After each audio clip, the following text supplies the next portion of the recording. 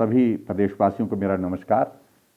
आज हम काफ़ी दिनों के पश्चात आप सबसे बात करने के लिए उपस्थित हुए हैं।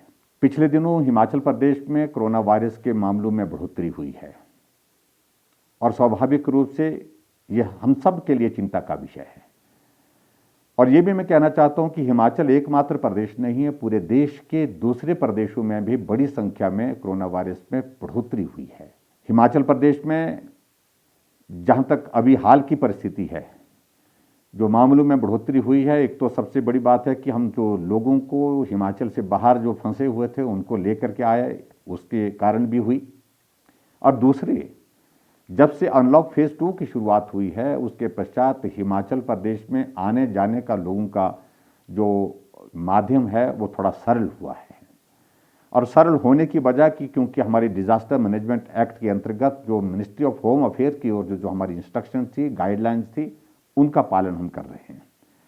ऐसी परिस्थिति में भी हिमाचल प्रदेश में हमने तय किया कि हिमाचल प्रदेश में जिस भी व्यक्ति को बाहर से आना है वो हिमाचल में प्रवेश होने से पहले अपना रजिस्ट्रेशन करे और रजिस्ट्रेशन के बाद ही वो हिमाचल प्रदेश में जो जहां भी उसने जाना है वहां पर जाए।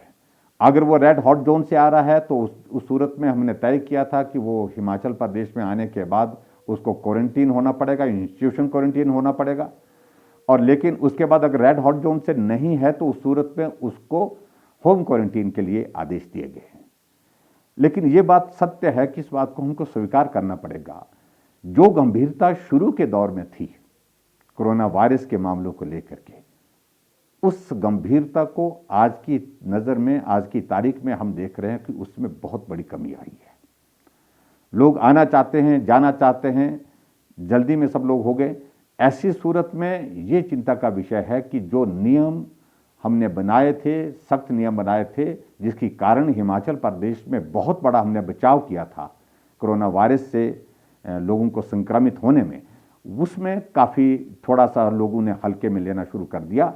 इसलिए मैं आज आप सबसे करबद्ध निवेदन करना चाहूँगा, बहुत गंभीर दौर में से हम गुजर रहे हैं।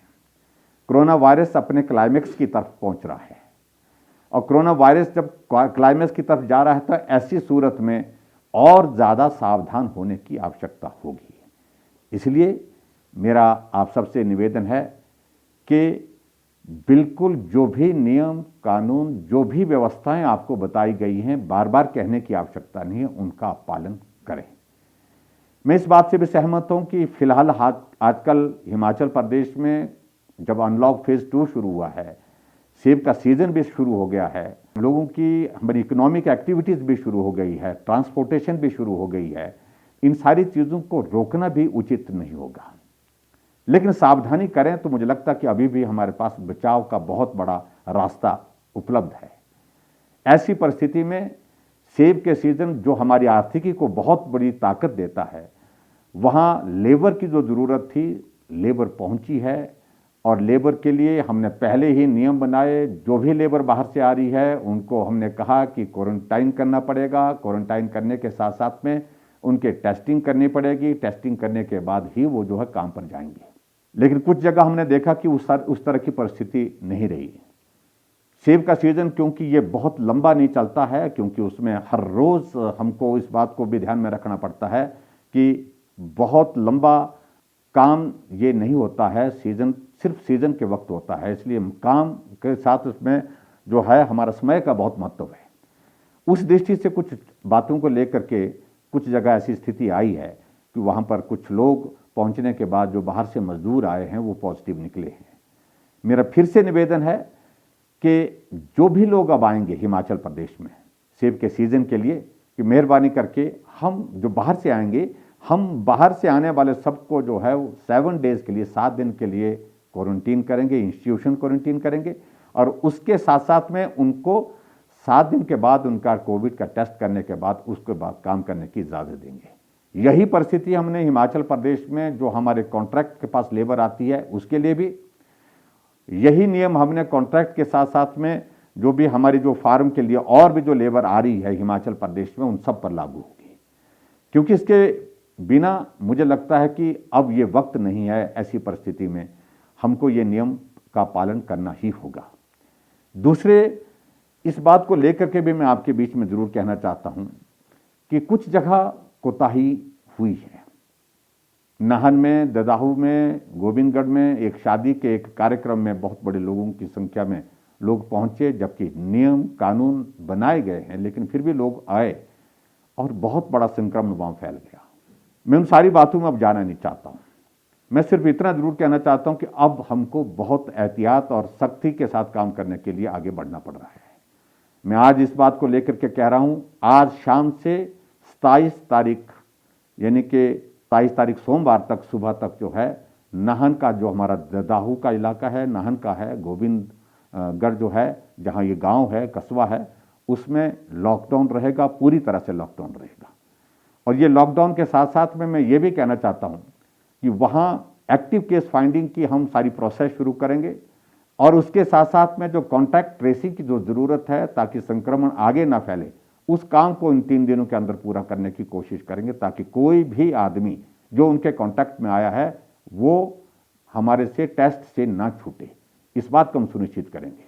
इसी प्रकार से मैं आगे बढ़ करके ये भी कहना चाहता हूं, जो हमारा बीबीएन है, बद्दी बरोटी वाला नालागढ़ जो है, वहां पर भी कुछ एक फैक्ट्रीज में, इंडस्ट्रीज में बहुत सारे मामले इसी प्रकार से जो पाए गए। हालांकि बहुत बड़ा नंबर उसमें जो है, जो क्वारंटीन में हमने रखे थे, इंस्टीट्यूशन क्वारंटीन में रखे थे, उनका नंबर आया है।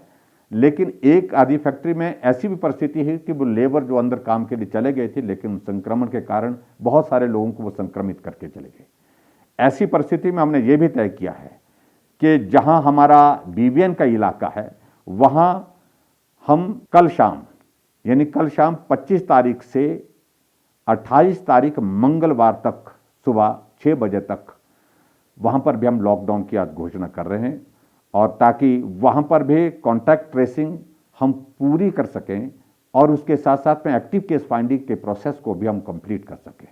हमारी कोशिश है कि हमारा इंडस्ट्रियल सेक्टर भी प्रभावित ना हो, लेकिन इस बात के लिए हमारी प्राथमिकता पहली रहेगी कि कोई भी आदमी वहां पहुंच करके कामकाज पर जाने से पहले संक्रमण से मुक्त हो। इस बात को हम सुनिश्चित करना चाहते हैं। इसलिए इसमें मैं पूरा सहयोग चाहूंगा, मुझे पूरा भरोसा इसमें भी पूरा सहयोग मिलेगा। नाहन वासियों से भी मेरा निवेदन है कि वहां पर भी बहुत सब लोगों का ये सहयोग रहेगा।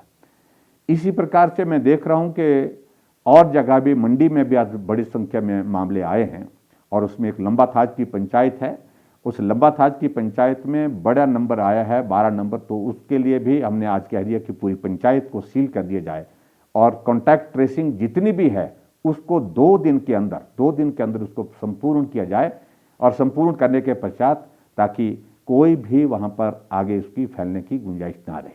इसके साथ में हमने एक बात को लेकर के और भी हमने कोशिश की है। हालांकि हिमाचल प्रदेश में जितने भी लोग बाहर से आ रहे हैं उन सब के लिए हमने रजिस्ट्रेशन की व्यवस्था की है, बाकी प्रदेशों की तुलना में सख्त नियम रखे हैं, लेकिन फिर भी डिप्टी कमिश्नर्स को हमने आज आदेश दिए हैं कि जो आईटी के माध्यम से जो वेरिफिकेशन का जो प्रोसेस है, उस प्रोसेस को और पुख्ता करें। कोई भी आदमी इधर उधर से बिना सूचना के जो है वो बाहर से आकर के गांव में या शहर में कहीं ना पहुंचे। इसके लिए भी हमने आज बात की है, और मुझे लगता है कि इस सारी चीज से काफी फर्क पड़ेगा। मैं एक बार फिर से हिमाचल प्रदेश के सभी भाई बहनों का आभार व्यक्त करना चाहूंगा। आप सबको बहुत बड़ा सहयोग मिला है, लेकिन ये संकट बहुत गहरा संकट है।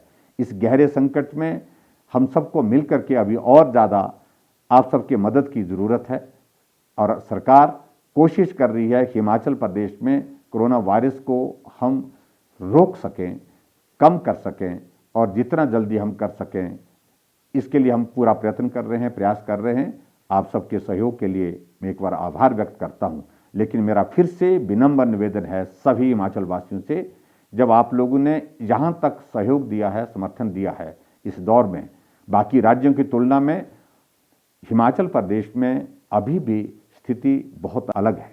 बाकी राज्यों में बहुत सारे मामले जो है वो बड़े हैं, और ऐसे में मैं मानता हूँ मामले बहुत बड़े हैं हिमाचल प्रदेश में भी, लेकिन फिर भी हम हिमाचल प्रदेश में अभी भी बेहतर हैं। लेकिन मुझे आप सबके सहयोग की आवश्यकता है, आप सबके समर्थन की आवश्यकता है ऐसे संकट के क्षण में। और मेरा विनम्र निवेदन है, खास तौर से जो लोग महज राजनीति कर रहे हैं, ये दौर उस काम के लिए नहीं है। और ऐसे संकट में हम सबको मिलकर के चलना है।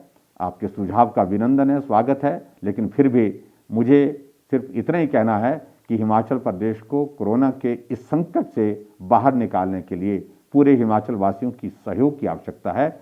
और मैं उम्मीद करता हूं, पूरा भरोसा है, पूरा विश्वास है, हम इसमें निश्चित रूप से सफल होंगे, कामयाब होंगे। जय हिंद, जय हिमाचल।